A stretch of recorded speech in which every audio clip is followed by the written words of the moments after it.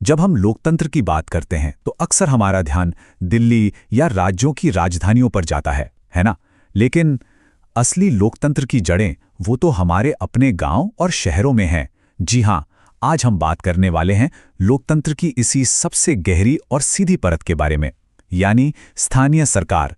तो चलिए साथ मिलकर समझते हैं कि आखिर ये सिस्टम है क्या, ये काम कैसे करता है, और सबसे जरूरी बात, ये हमारे लिए इतना अहम क्यों है। और इस पूरी बातचीत की शुरुआत के लिए महात्मा गांधी के इस विचार से बेहतर और क्या हो सकता है? भारत की आत्मा उसके गांव में बसती है। ये सिर्फ एक वाक्य नहीं है, ये एक पूरी फिलॉसफी है। गांधी जी का मानना था कि भाई असली भारत तो गांव में ही है, और जब तक गांव खुद अपने फैसले लेने में सक्षम नहीं होंगे, आत्मनिर्भर नहीं बनेंगे, तब तक देश का असली विकास हो ही नहीं सकता। इसी सोच ने स्थानीय स्वशासन की नींव रखी। तो चलिए पहले सेक्शन में इसी आइडिया को थोड़ा और खोदते हैं। ये जो शासन को लोगों तक लाना है, इसका असल मतलब क्या है? कैसे डेमोक्रेसी सचमुच हमारे दरवाजे तक पहुंचती है? अच्छा, अगर बिल्कुल आसान भाषा में समझें तो सोचिए, ये हमारे ही चुने हुए लोगों की एक बॉडी है।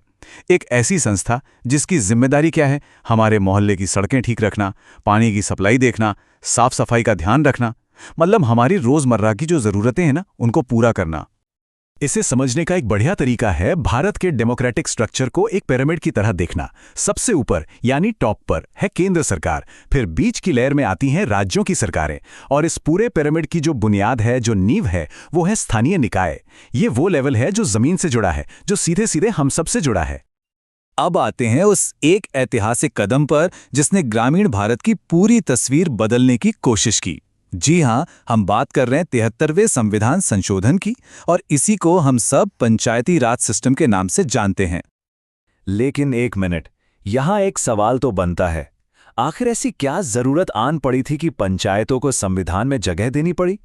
क्या जो सिस्टम पहले से चल रहा था उसमें कुछ गड़बड़ थी? गड़बड़? असल में तो बहुत सारी दिक्कतें थी। देखिए, विकास एक जैसा नहीं हो रहा था, कहीं ज़्यादा तो कहीं बिल्कुल नहीं। गाँव का एडमिनिस्ट्रेशन मतलब प्रशासन बहुत ही कमज़ोर था, और सबसे बड़ी बात, आम लोगों की तो कोई पूछ ही नहीं थी, कोई भागीदारी नहीं थी।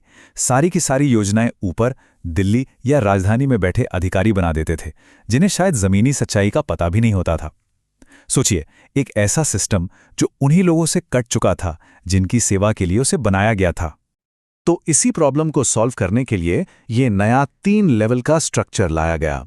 सबसे नीचे यानी गांव के लेवल पर बनी ग्राम पंचायत, फिर कुछ गांव को मिलाकर बीच के लेवल पर यानी ब्लॉक लेवल पर बनी पंचायत समिति, और सबसे ऊपर पूरे जिले को कवर करने के लिए बनी जिला परिषद। और देखिए, इस सिस्टम में सोशल जस्टिस का भी पूरा ध्यान रखा गया। ये बहुत ज़रूरी था। एससी और एसटी समुदायों के लिए उनकी आबादी के हिसाब से सीटें रिजर्व की गईं। लेकिन जो सबसे बड़ा कह सकते हैं क्रांतिकारी कदम था, वो था महिलाओं के लिए आरक्षण। हर लेवल पर कम से कम 1/3 सीटें महिलाओं के लिए कंपलसरी कर दी गईं। ये एक गेम चेंजर था। अब बात आती है जवाबदेही की।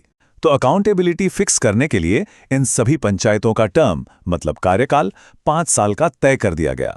सीधा सा हिसाब है, हर 5 साल में चुनाव होंगे, काम नहीं किया तो जनता बाहर का रास्ता दिखा देगी। अच्छा, इस पूरे सिस्टम को मजबूती से चलाने के लिए 2 बहुत ही जरूरी और इंडिपेंडेंट बॉडीज बनाई गई। पहला, स्टेट इलेक्शन कमीशन। इसका काम क्या है? ये पक्का करना कि सारे लोकल चुनाव निष्पक्ष हों, बिना किसी पॉलिटिकल प्रेशर के। और दूसरा, स्टेट फाइनेंस कमीशन। ये सिफारिश करता है कि राज्य सरकार और पंचायतों के बीच पैसों का बंटवारा कैसे हो। भाई, बिना पैसे के काम कैसे होगा? तो ये उनकी फाइनेंशियल आज़ादी के लिए बहुत ज़रूरी है। तो ये तो हुई गांवों की बात, लेकिन भारत सिर्फ गांवों का ही तो नहीं है, हमारे शहर भी तेजी से बढ़ रहे हैं। तो जैसे 73वें संशोधन ने गांवों को बदला, ठीक वैसे ही शहरों के लिए एक पैरेलल रिफॉर्म लाया गया। चलिए अब हम बात करते हैं 74वें संशोधन की, जिसने हमारे शहरों की लोकल बॉडीज यानी नगर पालिकाओं को पावर दी। और शहरों की जरूरतें अलग होती हैं, इसलिए यहां सिस्टम भी थोड़ा अलग है। देखिए, मुंबई दिल्ली जैसे बड़े बड़े महानगरों के लिए है नगर निगम, फिर जो मीडियम साइज के शहर हैं उनके लिए नगर परिषद, और हां, वो इलाके जो अभी गांव से शहर बनने की प्रोसेस में हैं उनके लिए है नगर पंचायत। शहरों की लीडरशिप में एक बड़ा ही दिलचस्प डुअल सिस्टम है। एक तरफ है मेयर जो पॉलिटिकल हेड है, मतलब जनता का चुना हुआ चेहरा, और दूसरी तरफ है म्युनिसिपल कमिश्नर, जो एडमिनिस्ट्रेटिव हेड हैं, यानी सरकार द्वारा नियुक्त किए गए एक अधिकारी। तो एक तरह से एक विजन सेट करता है और दूसरा उसे जमीन पर उतारने का काम देखता है। अब आते हैं इन दोनों संशोधनों के बीच के कुछ जरूरी फर्क पर।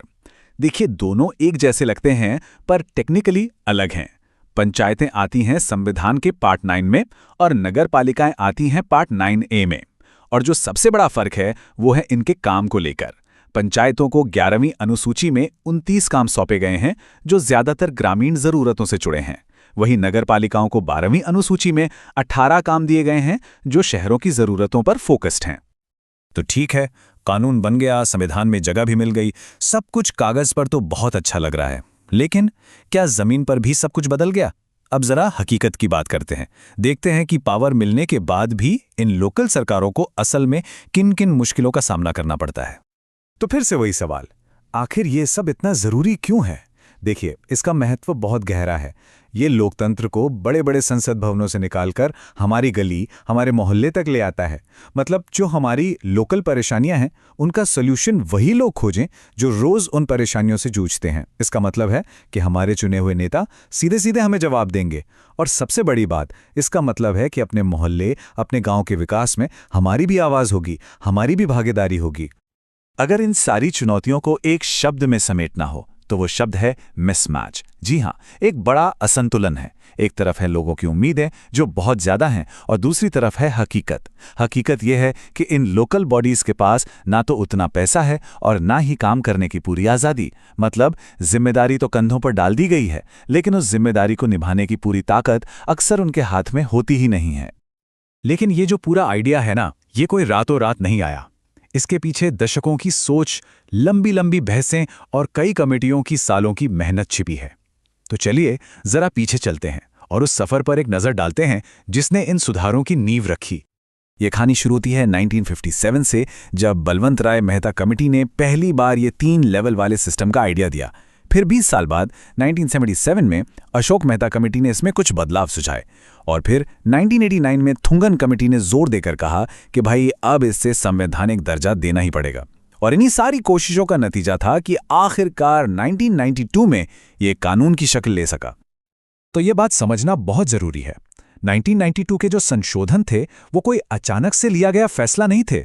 नहीं, ये तो दशकों तक चली एक लंबी सोच, बहस और सुधार की यात्रा का एक पड़ाव थे, एक नतीजा थे। और इन सब का सबसे बड़ा नतीजा क्या निकला? सबसे बड़ा और दूरगामी असर यह हुआ कि सत्ता, पावर दिल्ली और राजधानियों से निकलकर लाखों करोड़ों आम नागरिकों के हाथ में आ गई। उन्हें यह शक्ति मिली कि वो अपने गांव, अपने शहर का भविष्य खुद तय कर सकें। तो देखिए, खाका हमारे सामने है, कानून मौजूद हैं, लेकिन सवाल आज भी वही खड़ा है कि लोकतंत्र की इस जमीनी नींव को असल में और ज्यादा मजबूत बनाने के लिए अभी और क्या किया जाना बाकी है। और इससे भी बड़ा सवाल, इसमें हम सब की क्या भूमिका हो सकती है? हमारे लोकतंत्र के भविष्य के लिए